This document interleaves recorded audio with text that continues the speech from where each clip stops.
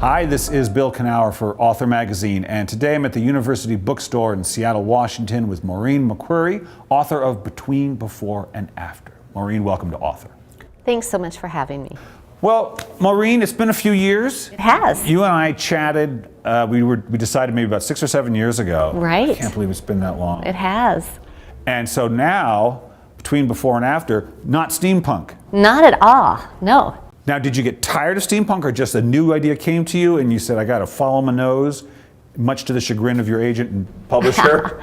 Well, this has an interesting story because it's a manuscript I've been working on for years, and it's the one that I thought would never see the light of the day. I never thought it was going to get published. Because you didn't think it would see the light of the day just because it wasn't in your genre, or just? Because it's a kind of a hybrid. It's pretty literary, and yet it's told by young protagonists. So it has a coming of age, strong coming of age theme. And so where does it fit in the market? Is it literary fiction? Is it YA fiction? Or is it this weird thing called literary YA? And there's not a lot of it. And so for a long time, I wasn't sure. Right. And but so, you kept working on it anyway. Yeah, I kept working on it because this one has a connection to my own family. And so it's a story that I wanted to tell. And so I worked on it on the side for a long time. Wow.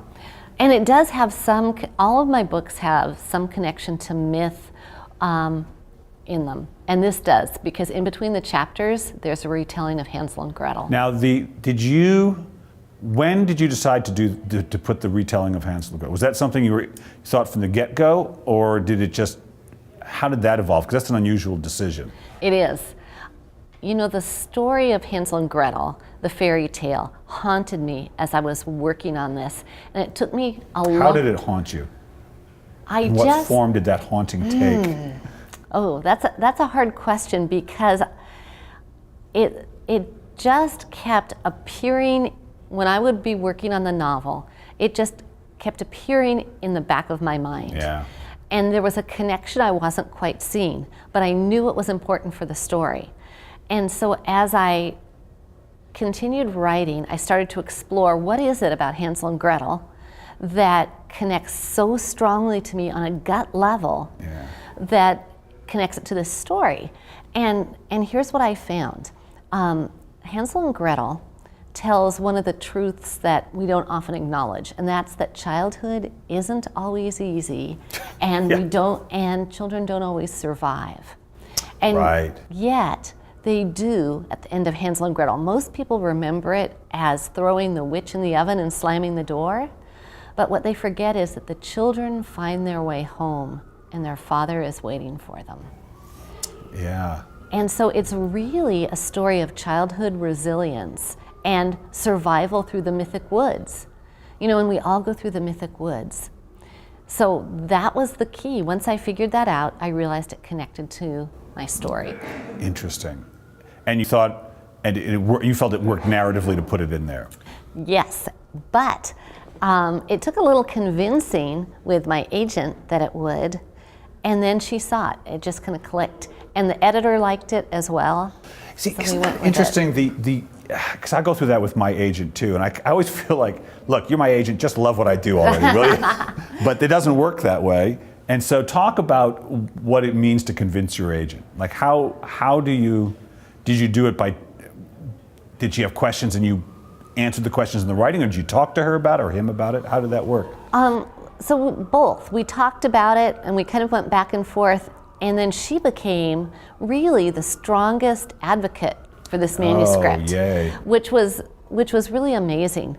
And there were a few editors who didn't see the connection, and a few editors who also said, I don't know where to shelve this. Yeah. You know, I don't know whether to put it in literary fiction with just the voice of a young protagonist, or to put it in YA. And we ended up, it's in YA, but it's being marketed for mother-daughter book clubs and for crossover. And so you did sell it, and it must have been satisfying. It was really satisfying.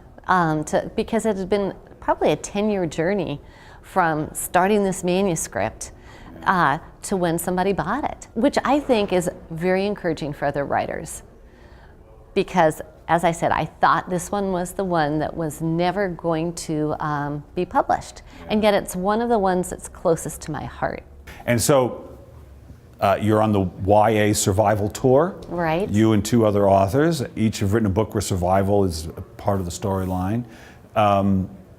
Whose idea was that? Steve may have been the one who came up with the idea that, survival shows up in all of our stories, even though our books are very different. We've got nonfiction, and his is more of a classic survival thriller story. Yeah. And then mine is this historical 2-generation family story. And mine, the 1918, 1919 part of my story is during the Spanish flu. And 600,000 people died in that. And my grandmother was one of them.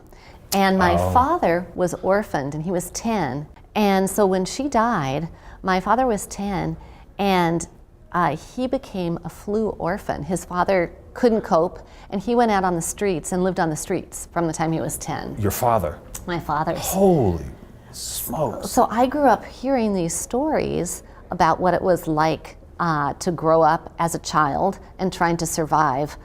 And that was the seed of this story. YA novels are filled with orphans, right? They are. Right, they're always, because you can't have parents around, they'll That's do all the right. work for Yep. you. He was like a YA hero. He was. How fascinating. And the thing that interested me about this is how the one event, like the Spanish flu, changes the trajectory, not of just one family, but of generations. Of course. Because you don't survive something like that without being changed yourself, and then you pass that trauma on in your family. Wow. And so that was a really interesting thing for me to explore in the novel. And so how's it going? So when you think about the Maureen, the writer who was getting started, publishing her first book, and where you are now, what's the biggest difference for you as a writer now that you've got your sea legs under you a bit? I think realizing that I have been in this, when things are difficult, when you're waiting for a book to come out, or you've got a manuscript and you don't know if anybody's going to take it, right. I can now say, I've been in this position before. You just don't freak out as much over it. And it won't last forever. I mean, maybe no one will take the manuscript, but this particular feeling that I have won't last forever. I can't say that I'm any more confident when a book comes out. No? Maybe I should be. You know what? But I'm not. It connects you to people in a way. I mean, that's true. I know it's true of the stuff I do, which is that, like, I just tried to connect to something in myself. Mm-hmm.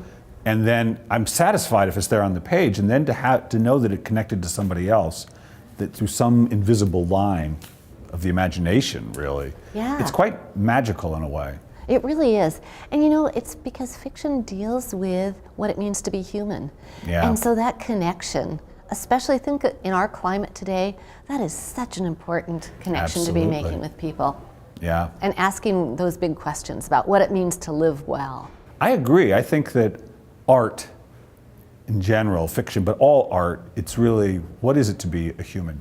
Mm-hmm. Like, what is it really to be human?